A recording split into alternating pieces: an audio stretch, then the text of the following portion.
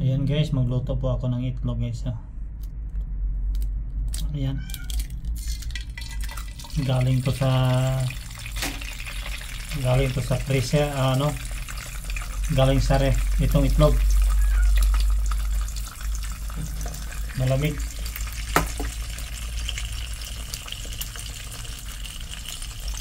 Ayan.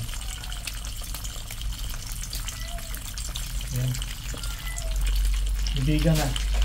Bibigyan na yung pusa ko guys. Tinawag na yung mga jewel nila. Ayan.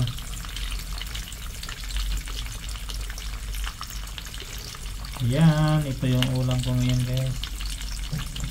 Ayan.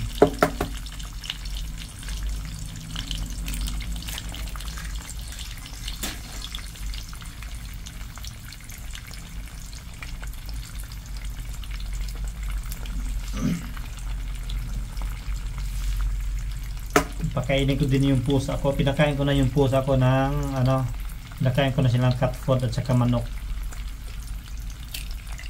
Ayan. Itlog tayo. Meron ako dong gawing balbacoa. Pero wala pa eh. Kapang time sa na lang yan. Bukas.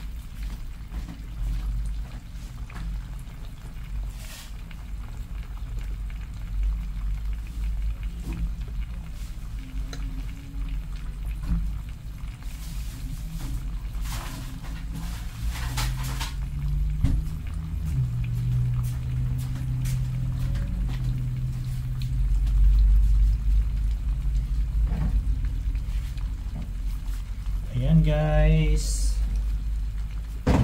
luto tayo. Luto.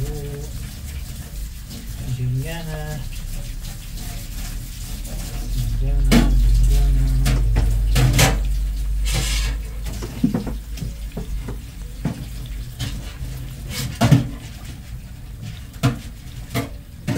Hindi ko nakabili ng guys. Masarap yan haluan ng peanuts. Magluto ako ng magluto ko ng balbacoa. Kailangan may peanuts kaso malayo yung malayo yung tindahan kasi tamad akong maglakad. Malayo. Ayan, itlog ang ulam. Ayan. Ayan guys. Ayan.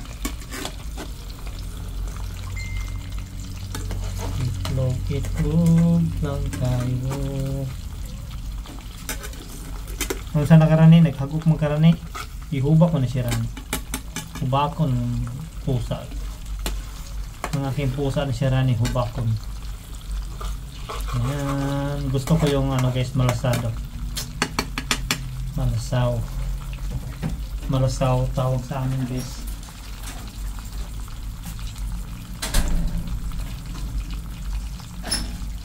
Ayan guys, bilis na naluto yung kanin ko nang dahil ay ang aking ginamit na tubig ay pinapakulo. Oroy, ayan guys, luto na. Ayan, malasado yung ating sunny side up. Ayan, nabasag. Ayan. Kasi dumidikit kasi itong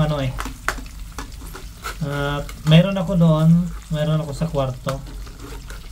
Electric kasi yung gamit ko. Kaya hindi ko yung ginamit yung hindi dumikit pagkapag magluto. Kasi electric. Maganda yung gamitin. Makapal kasi yun eh.